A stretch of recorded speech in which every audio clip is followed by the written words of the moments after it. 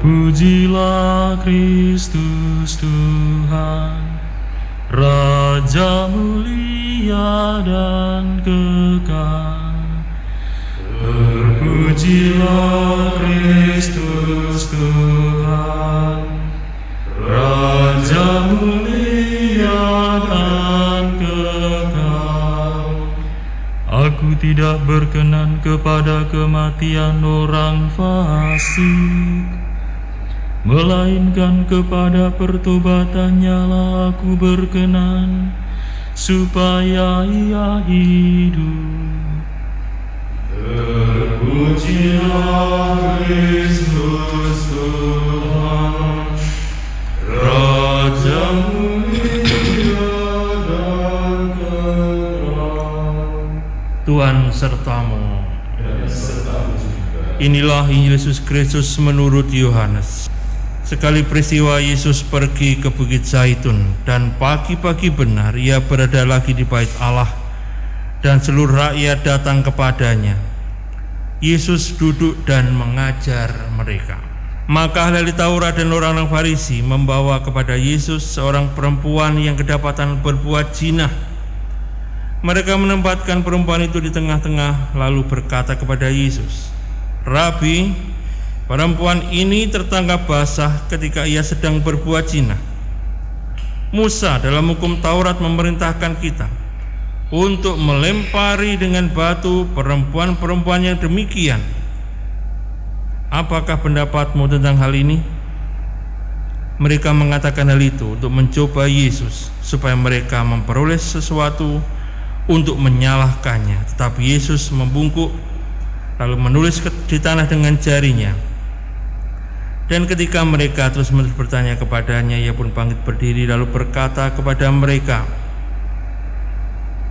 "Barang siapa di antara kamu tidak berdosa, hendaklah ia yang pertama melemparkan batu kepada perempuan itu."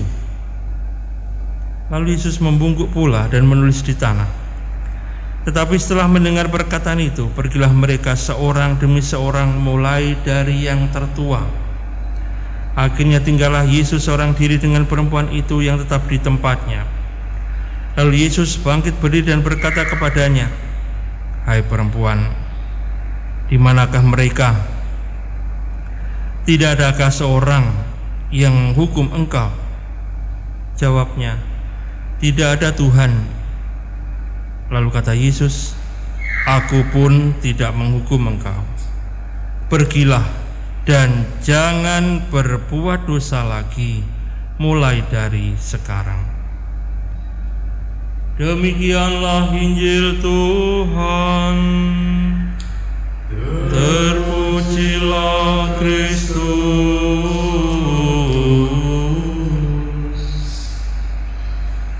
Saudara sekalian yang terkasih, kita tahu bahwa perzinahan diartikan sebagai hubungan seksual antara orang yang sudah menikah dan yang belum menikah, atau antara orang yang sudah menikah dengan pasangan orang lain. Di sebagian besar masyarakat, perzinahan dilarang dan dikutuk, terkadang dengan hukuman yang keras, bahkan dengan hukuman mati. Seperti misalnya kode atau pasal-pasal hukum Babilonia dari Raja Hammurabi tahun 18 sebelum Masehi. Perzinahan dihukum mati dengan cara ditenggelamkan.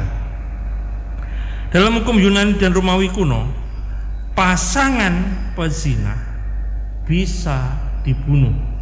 Tradisi Yahudi dengan tegas mengutuk perzinahan, oleh itu karena baik pezinah laki-laki maupun pezinah perempuan harus dihukum mati sesuai dengan Imamat 20 ayat 10. Dan hukuman ini dilakukan dengan rajam atau dilempari batu dalam Imamat 22 ayat 13 sampai dengan 24. Nah, sekarang para saudara yang terkasih, Kita tidak lagi mempraktekkan hukuman rajam sampai mati atas orang berzina ini.